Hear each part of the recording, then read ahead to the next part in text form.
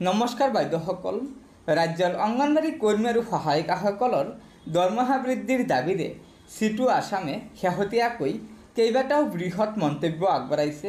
যিকেইটা মন্তব্য আমাৰ ৰাজ্যৰ প্ৰতিগৰাকী অংগনবাড়ী কৰ্মী আৰু সহায়িকাই জনাটো অত্যন্ত প্ৰয়োজন।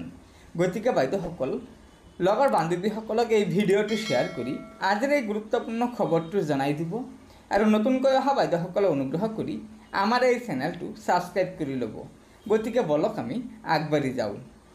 অসম ৰাজ্যিক অংগনবাড়ী কৰ্মী সংস্থাই অসম ICDS প্ৰজেক্টৰ প্ৰতিষ্ঠা দিৱস উদযাপন কৰিছে আৰু তাৰ অংগৰে প্ৰকল্প পগাচিয়া ৰূপশ্ৰী প্ৰকল্পতে আয়োজন কৰিছে।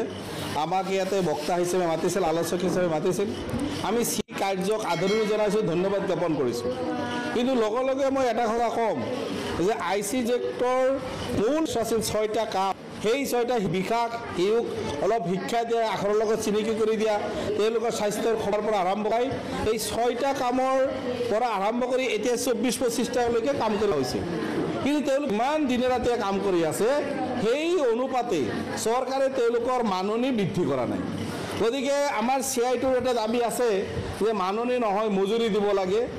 আৰু 45তম লেবাৰ কমিশ্যনৰ মিটিঙত প্ৰধানমন্ত্ৰী ডাঙৰীয়াই যি ঘোষণা কৰিছিল যে প্ৰতিজন সক্ষম শ্ৰমিকৰ মাহেকত 22,000 টকা আয় হ'ব লাগে, এইটো ইণ্টাৰনেশ্যনেলভাৱে সিদ্ধান্ত হৈছে। সেইটো ভাৰত চৰকাৰে যাতে ৰূপায়ণ কৰে, অসম চৰকাৰে যাতে ৰূপায়ণ কৰে। গোটেই ভাৰতবৰ্ষৰ ভিতৰত অসমত আটাইতকৈ মাননি কম।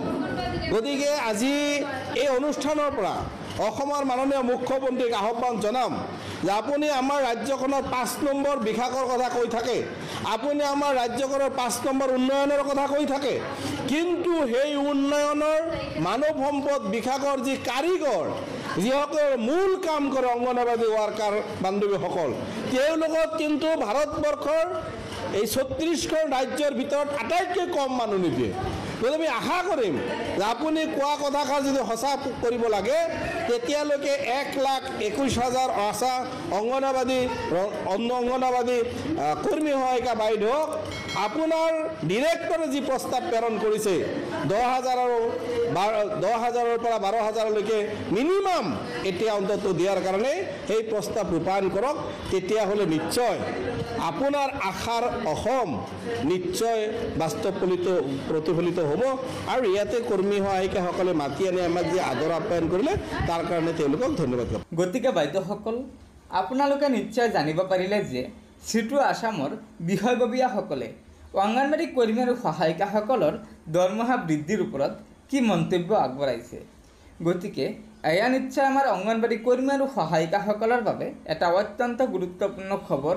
সেয়েহে লগৰ বান্ধৱীসকলক এই ভিডিঅ'টো শ্বেয়াৰ কৰি আজিৰ এই গুৰুত্বপূৰ্ণ খবৰটো জনাই দিব আৰু নতুনকৈ অহা বাইদেউসকলে অনুগ্ৰহ কৰি আমাৰ এই চেনেলটো ছাবস্ক্ৰাইব কৰি ল'ব। গতিকে আজিৰ ভিডিঅ'টো ইয়াতে সমাপ্ত কৰিলোঁ।